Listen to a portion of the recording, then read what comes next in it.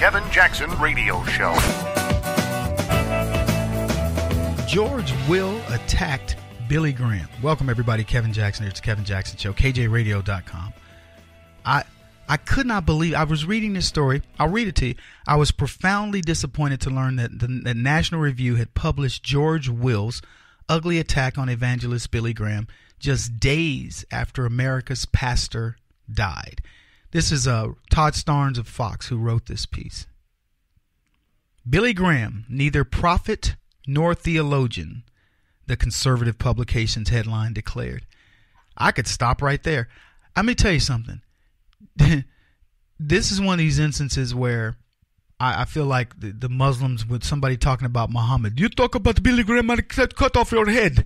I was so angry when I read this. And I love Todd Starnes for putting this type of stuff out there because I wouldn't have known this.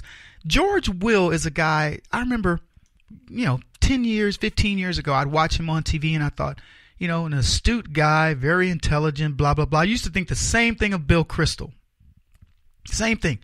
These two guys have fallen so far in my eyes. Now, it obviously means nothing to them. I've been beating up Bill Kristol on Twitter to the point where I'm surprised he hasn't blocked me. But these guys have lost it. They've lost it. Starnes goes on to say this: I would expect to read such anti-Christian mockery in the pages of the New York Times and the Washington Post, but not National Review. My, how times have changed. Now, I've been talking about crazy. I started talking about crazy, telling you guys that the left love insanity. They love crazy. You can spot a leftist by the things that you go, that doesn't make sense. That's just, there's no reason to feel this way. George Will, I found out, is an atheist. Okay, fine, George. You're an atheist. There's no reason for you to mock Billy Graham in any way, shape, or form. I don't care who you are. If I was a Muslim, a Christian-hating Muslim, I would still look at, I do not like the infidel, but Billy Graham, I have no problem with. He's not what. What would you say? What could you? It's like finding some negative about Mother Teresa. Oh my gosh, I knew this leper once who said he didn't get his feet washed by Mother Teresa. Well, where was he? Well, he lived in Bombay and she was in Calcutta. Well, there's a reason she didn't get to wash his feet, fool. Anyway, he goes on to say this: prophets take adversarial stances towards their times, as did the 20th century's two greatest religious leaders, Reverend Martin Luther King and Pope John Paul II. Graham did not. Partly for that reason, his country showered him with honors, the self-described atheist wrote. See, here's the thing. First of all, Reverend Martin Luther King was an amazing religious leader. And is he one of the greatest? He's certainly one of the greatest. Pope John Paul II, is he one of the greatest? Perhaps. I don't know enough about his history, and I didn't bother to research it to talk about it on the radio. But there are many, many theologians who have done great work, and you don't know anything about them. Many of them. And Billy Graham, I guarantee you, I don't care what you think about Pope John Paul II, and I don't care what you think about Martin Luther King Jr. Billy Graham more than deserves to be mentioned with both of them. I don't have to know the history of John Paul II. I talked about Billy Graham's death on one of the shows that I did, and I told you guys how profound Billy Graham was in my life. Now, I'm one little old, colored kid watching Billy Graham back in the day, and I remember distinctly watching him and being riveted. A kid, think about all the distractions kids today. It would be like me having video games. I could have a basketball court, a bowling alley in my house, and whatever else other distraction you could possibly have. And when Billy Graham was on TV, now it was a sign of the times too. We watched it, but I didn't watch it going, why are y'all making me watch this? Once my family started watching Billy Graham speak, I was riveted. There was nothing else I wanted to go do. And it wasn't like he was going to make me into a pastor, even though I think to some degree he probably did, because you guys probably, my producers say you preach all the time. And so do my kids. But the point is, it was life-changing. And I'm going to tell you, I'm not the only person who Billy Graham changed the life of. Not at all. Here's what he says. George Will. His audience were exhorted to make a decision for Christ. But a moment of volition might be, in theologian Dietrich Bonhoeffer's phrase, an exercise in cheap grace. Graham's preaching to large rallies and broadcast audience gave comfort to many people and probably moved some.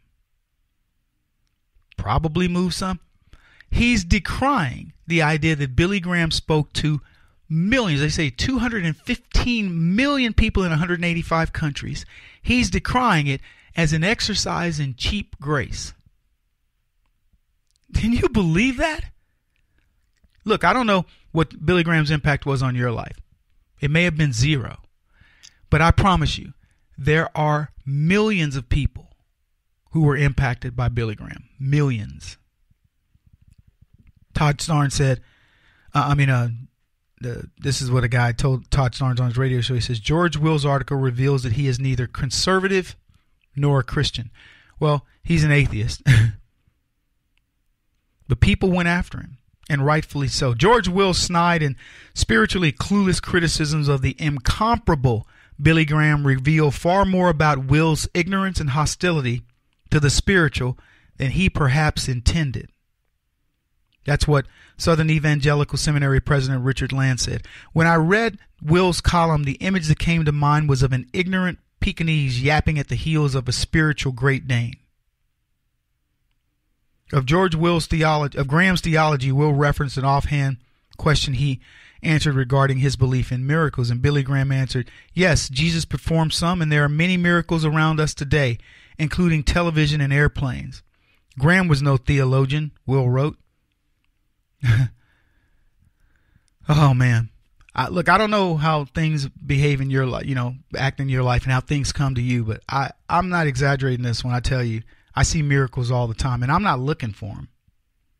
It's these small things that happen to people that impact their lives. We did a project through the Tea Party community where we gave we went and paid for people's stuff at Goodwill, and they made a $7 payment for a woman, and she broke down and cried and said, I was asking God to show me that He lived in my life. A $7 payment was enough to show her God. This is the Kevin Jackson Radio Show. Do you owe back taxes to the IRS or state? The secret to avoiding the IRS nightmare is to seek professional representation. My friends at Security Tax Associates provide the most cost-effective and ethical representation in the industry while helping to avoid seizures, levies, and wage garnishments. Security Tax Associates is here to ensure that the appropriate steps are taken to permanently eliminate any possibility of future tax burdens once and for all.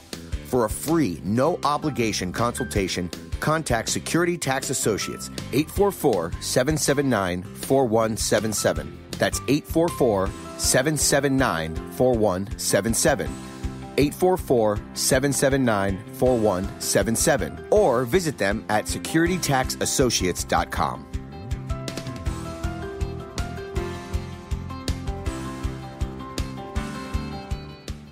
Beth Cook Moranville, author of Closer Than Your Breath, a book of hope. Hope, that wonderful, wonderful four-letter word that you may feel completely out of. I wrote this book to give you great hope. It's not too late. If fetal position is an all too familiar place for you, I understand. If the next 60 seconds are too long, this book is for you.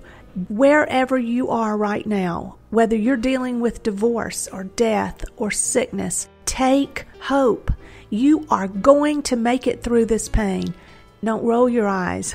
I've walked this road and I know it. The best is yet to come. Closer Than Your Breath, a book of hope from author and speaker Beth Cook Moranville, can be found on Amazon.com or Kindle.com. For more information, visit closerthanyourBreath.com or on Facebook at Closer Than Your Breath.